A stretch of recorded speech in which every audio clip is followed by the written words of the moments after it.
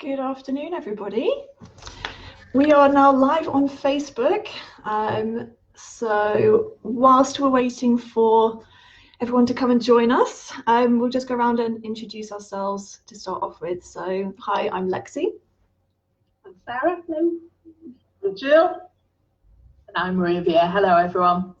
So today we've decided to talk about the positives to come out of all this crazy lockdown business. It's kind of got a bit down, and everyone's a bit down in the dumps, but we thought we'd try and put a positive spin on it and have a look at some of the good things that have come out of it. Now, we're acutely aware that there's some people out there who are struggling, and it's naive to think that it's all rainbows and happiness, but we appreciate that people are really struggling and just living day to day as well. But we just wanted to take some time to highlight some of the silver linings, as it were, of what's an unprecedented situation. So Lexi, what's been a positive for you, do you think? There's been lots and lots of positives, actually. I just kind of wanted to pick up on what you mentioned there at the beginning. You know, it's a very unusual situation we're in. It's a big challenge, and I think everyone feels a little bit out of control at this point. But one of the things that I've noticed is really important is about having the opportunity to kind of control how you deal with things and how you think about things. Sort of taking a step back and reviewing your life and how you're living it. And with that, I've seen some really incredible things and some really inspiring things, which we'll be able to talk about today. One of the first things that I've certainly noticed has been related to kind of fitness and training and things. It's been really, really nice to see so many people getting involved with kind of the different activities that we can do now. So obviously Joe Wicks is kind of gone crazy. Everyone's kind of getting involved, even though it's designed for kids for PE lessons. You know, families getting involved and joining and doing these activities together. And I think there's just something so nice about that. You know, one person giving up their time to support other people and having everyone kind of make those positive lifestyle changes in what is quite an awful time, really. You know, a very, very difficult time. Have any of you done any of the Joe Wicks workouts? I've done a couple. How did you find them? I actually really enjoyed it, and I loved, as you say, I love that sense of the community of coming together, knowing that you were doing it with thousands of other people live at that point in time. I think for me that was something quite nice as well. Definitely, yeah. It's kind of nice feeling like you're part of a team and all kind of getting on with it together and all struggling in the same way, getting out of breath at the same time and things like that. Yeah, I mean, another thing I've noticed as well, I'm not sure if any of you have noticed this, but it seems like with this kind of restriction on how often we can go outside and do the exercising and how frequently, people are using that as an excuse to go outside, because you get that kind of feeling of, oh, I'm stuck and I'm not enjoying being in. They're using that as an opportunity to go out walking, to play with their kids and have that kind of active lifestyle, which they might not have done otherwise. And I think that's such an amazing thing. If it takes a crisis like this for people to kind of reevaluate their life and think about positive steps forwards, then it's got to be a good thing, hasn't it? Getting out and trying running for the first time, or online yoga, whatever it might be. If that's one of those things that can help you be inspired to live a healthier lifestyle, then I think it's wonderful, and we've got to take advantage of that. Absolutely. I think it's when you're banned or stopped from doing something, you kind of want to do it more. Yeah. So there's a lot of people who didn't go out for walks every day who are going out every day, and it's just amazing to kind of see that, and it's a great opportunity to like you say, to get a bit fitter with all. Absolutely. Making more time for it. Absolutely. Yeah. Obviously what comes with that as well is sort of good nutrition and things as well. So having the opportunity to kind of be creative with the meals you're cooking at home, and the kind of stuff that maybe recipes that you've been interested in creating for a long time. And I know, Sarah, you love cooking, don't you? So have you kind of had any experiments with recipes or learned any new skills during lockdown?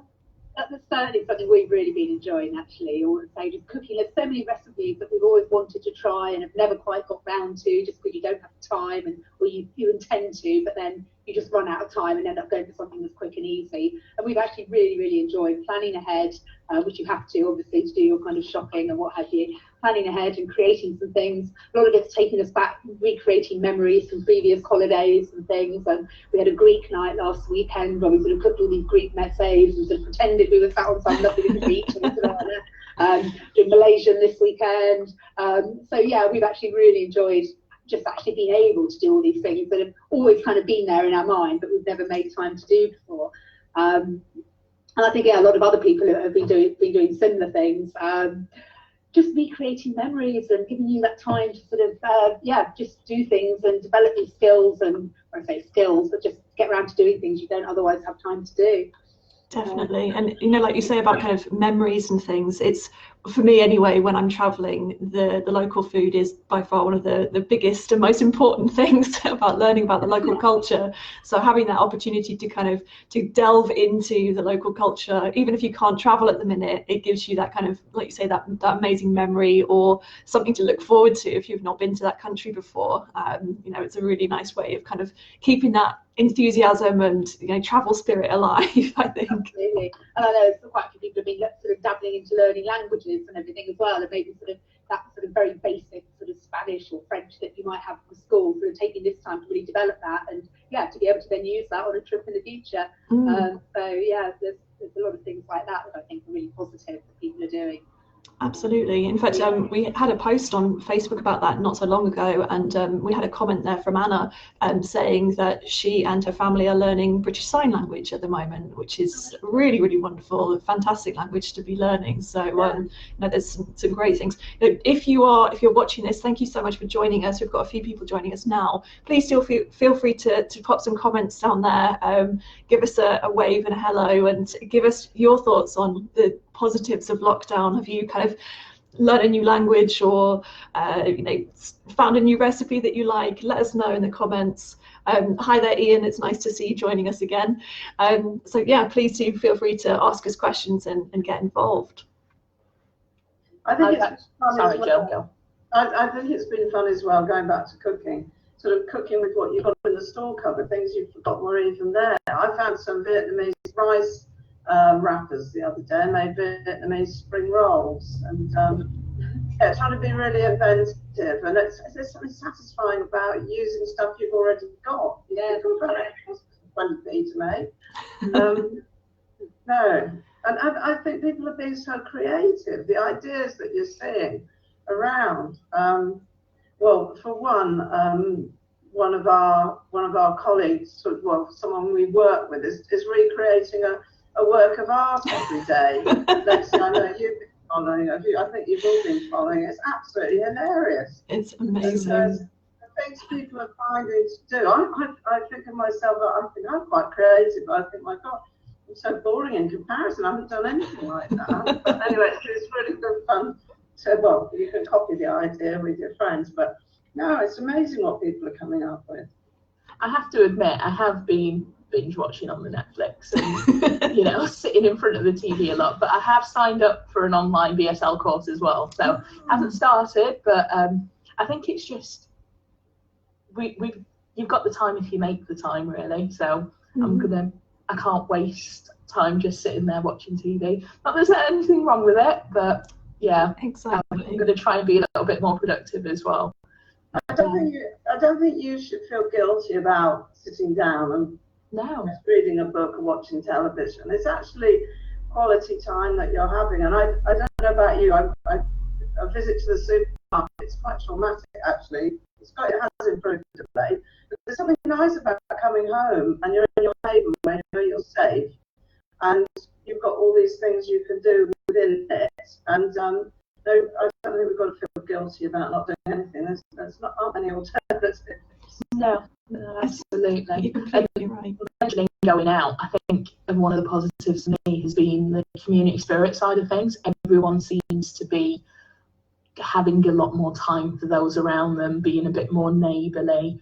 The amount of video calling applications I've downloaded in the past week is just crazy because different sets of people are on different platforms, but it's just keeping in touch, and the human side of things is very important. And then caring more about those around you, not just immediately, but further afield. I think a lot of people have realised we're part of the global community as well, and everyone's in the same boat. And giving back is part of our different travel ethos, and thinking about others. I think coming out of this, we'll all be a lot more aware of your fellow man, as it were. Mm-hmm. Definitely. Yeah, it's certainly something that sort of has been on my mind a lot, is how we can help one another and support each other, not just now, but long term. I think, like you say, the community spirit that we've seen has been really wonderful, and I do hope that continues. Swapping numbers with your neighbour to offer to go and do their grocery shopping for them, or helping someone with the gardening and things like that, like small things which are just nice human things to do, and people are kind of making that extra step to do that. And I think it will change us. I think this whole experience has been kind of thrust upon us with no real kind of warning. It's sort of all of a sudden everything's changed. We're in lockdown and our lives have been turned upside down, but coming together as a community and supporting one another has been just, I guess, life-changing for a lot of people. And I do hope that continues, and we kind of keep on with the positivity of that. And similarly as well, the amount of amazing fundraising we've been seeing with Captain Tom and young people. I've seen what a 3-year-old, I think it was, climbing stairs for charity, and helping others kind of get inspired by doing things like that. And there's so many opportunities to support charities and individuals, and the community as a wider concept. So keeping that kind of forward-looking attitude is so valuable, and a really big lesson for us all, I think. Hopefully it'll get rid of the sort of me attitude that there's a lot of people have. I completely agree. Yeah. Even just getting to know our neighbours, because so many people don't actually even know the people who live around them, because everyone lives in their little bubble. And I just find people just are much friendlier now. When I go out walking the dog in the morning, everybody stops and says hello, and you have a little two-minute or 2-second chat and how are you and catch up, which most of the time people are too busy in their little bubble and you don't even stop for that. But now everybody's got that time and is making that effort. So yeah, hopefully that will continue. Certainly. And especially as far as the sort of travel situation is concerned as well, you've got to think about the wider community in terms of there's guides and porters and individuals in countries where they rely on tourism for income. It's so important for us to think ahead about ways that we can make sure that once things are calm again and safe to travel, that we make an effort to continue to travel and support people in that way as well, I think. Absolutely. There's so many people out there who are reliant on their livelihoods, rely on foreign visitors coming and seeing them, and that's all pretty much dried up now everywhere. So it's just being a bit more world aware, I suppose, isn't it?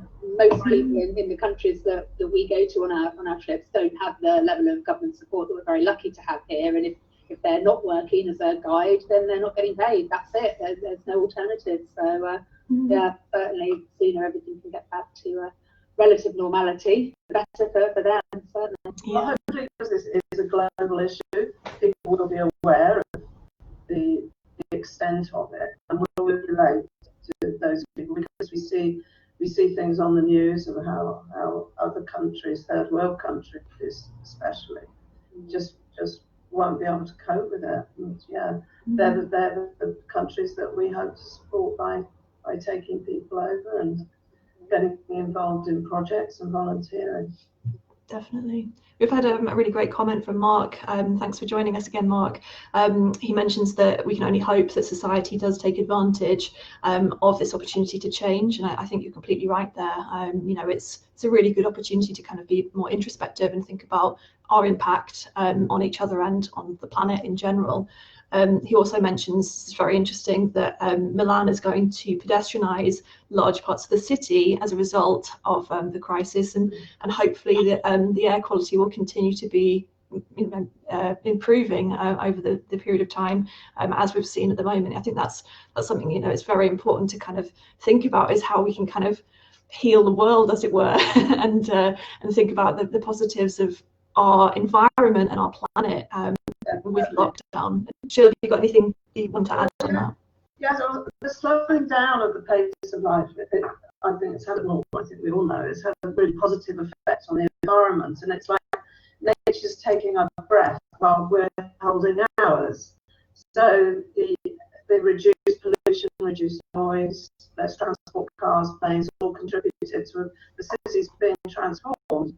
I know my son, who lives in London, sent me a photograph of Trafalgar Square, and he was out for a walk, which he's allowed to do. It was deserted. The streets in central London were just deserted. Also, he just says it's so much quieter. And I think that's affecting in lots of big cities, the quality of the air. Everywhere bluer skies, clear starry nights, and the wildlife has more space, as well as sea life, the oceans. There's no cruise ships. And the cruise ships not only add to the pollution, but the noise as well of the cruise ships affects the sea life. So yeah, it's quite incredible, the effect that it's having on nature. I think this sunny weather is nature getting its own back on us, having to stay indoors. There's lots of talk, isn't there, of can't wait for things to get back to normal. Actually, I don't want things to go back to how it was. I want us to learn from the situation and make positive changes. And, you know, the world needed the time to heal. I really think it's made such a difference. I mean, you just have to look at the videos of, you know, the random bits of wildlife in the middle of cities, and Venice there was a jellyfish spotted swimming in one of the canals in Venice, apparently. And it might have always been there, but you couldn't see it because of all the silt being churned up. But the fact that you could see a jellyfish swimming down a canal in Venice is just, it's insane when you think about it. And when you think about it, it hasn't taken that long to heal. You know, it's been four and a bit weeks, five weeks. When you think of the difference that it's made in that short time, it's quite incredible. Yeah, certainly there's some of the really lovely things, you know, seeing the wildlife kind of coming back to places that it hadn't been before. I saw an article a couple of days ago, I think it was a beach in Brazil, where turtles have returned for the first time in goodness knows how long, and it's just amazing to see how nature's kind of taking back the beaches and the environments that we've kind of, you know, had sort of ownership of before that. And yeah, it's just lovely to see kind of the status quo again, I guess. Yeah, there's quite a lot of reports about the turtles. So that brings us on to Costa Rica, I suppose. Yes. Nice plug there, Jill. Nicely. Yeah, we've got this incredible trip next year to Costa Rica, where we're going to be doing a conservation project. So if you're interested in turtles and wildlife, then feel free to have a look on our website and see what you think about that. It'll be quite a unique experience and a really great opportunity to help hands-on with the turtle conservation. So yeah, check out our website. We'll pop a link below later on after this live. If you've got any questions, I see we've had loads more people joining us. So hi there, Nikki, and hi there, Alan. Nice to see you, Ben, Berenice, and Chris. Feel free to drop us a comment if you have any on the Facebook Live. We've got a couple of comments from Mark saying dolphins with loads of exclamation marks. Yes, dolphins are thriving at the moment as well. Oh, it says not jellyfish. Was it dolphins perhaps that were in the canals of Venice? I saw a video as well. Yeah, dolphins and jellyfish. There we go. Amazing. Yeah. And we've had another lovely comment as well from Ian. I'm sat in a gateway listening to birds singing and have seen deer skipping along, and that's just lovely, isn't it? You know, when you can sit on your doorstep and just watch the wildlife, you know, flurrying around. That's really magical. So in terms of kind of I guess looking ahead, because we've got to keep looking forwards, haven't we? And being positive. It's a very hard time, and there's very sad sort of things going on. But we have to kind of try and keep that positive mentality, and get through this. As humans, we don't like change, but we're very resilient, and we can keep pushing forwards. So it's a really good opportunity, like we said at the beginning, to kind of take the time to appreciate what we've got, to think about our lives and how we're living them. And like Rubia said, I think it's a really lovely point. No, I don't want to go back to normal. We need to create a new normal, a normal that nourishes us and kind of fits with our values, and makes us feel kind of at peace, I suppose, in the way that we're living our lives. So it's very, very kind of valuable time to do that, and something that I guess hopefully we don't have to do again. We don't want to have too many crises to push us to do that, but giving us the tools to be able to learn how to be more introspective and figure out what we want in life, I think is very valuable. And of course, we don't know what we've got until it's gone. So this is again another opportunity to really see that and think about how we're going to go forwards. For me personally, I've got to have something to look forward to. I always have been someone, I need to have something in the diary, have something planned and something ready to go. And having trips abroad planned for next year and later on in this year, it's for me really, really important. So I've got something to work towards and to look forward to. And I think that's, everyone's different, but for me, I really need to have that kind of thing to focus on and stay positive about and look forward to. And plus it gives you longer, certainly for the kind of trips I do, which tend to be kind of, I have a bit of a fondness for mountains. So having a longer period of time to train for them is certainly very valuable, and it gives me a bit of an extra opportunity to get fit for those trips. Yeah, I think it's a time to think about realising your dreams, to appreciate your freedom of movement. And also, we've talked about the local community and how you've been getting to know your neighbours and how people are changing in the way they treat each other. And we like to think that we do that, sort of give people an opportunity to do that worldwide, really, because most of our trips are not just about travel for travel's sake, but giving back to the community and the country and making a real difference. And I think it seems a bit like a natural progression, what's happening. Tick off those things that are on your bucket list. Absolutely. I think there's nothing wrong with looking forward and planning ahead and getting excited about things that you can't feel appreciate them all much more. And it doesn't have to be the bigger.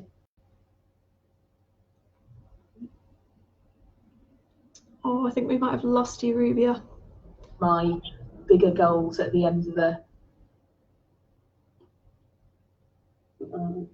We've lost your connection, Rubia. If you want to just say that again, we missed that last point you were making. Might have lost them together. Oh no, I think Did you lose me? Yeah, we've lost it. You're back again now. Sorry, did you want to? Sorry. See, that's one of the positives of this is you have to. What we're trying to say, patience. Yeah. Learning patience with crazy internet access. Sorry. That's okay. You were talking about that. There's nothing wrong with planning forwards, looking forwards, and no, there's nothing wrong with planning forwards. Be it the little things like going for a cup of coffee with your friends, you're just going to appreciate it a lot more.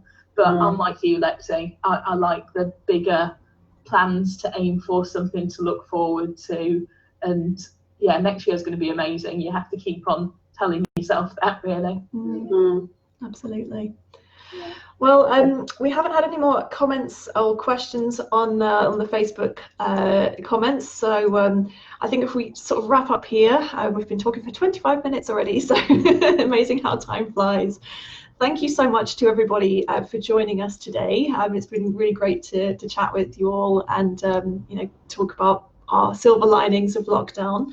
We'll be doing another live on the 30th of April. We have a special guest, Alan Henderson, joining us to talk about the community projects he's been involved with over the years with different travel. And we're going to talk to him and grill him just lightly to find out what he thinks about experiencing the community project side of our challenges. So thanks again to everybody for joining us. Thank you to you guys on Facebook, and we'll see you next time. Bye. Thank you. Bye.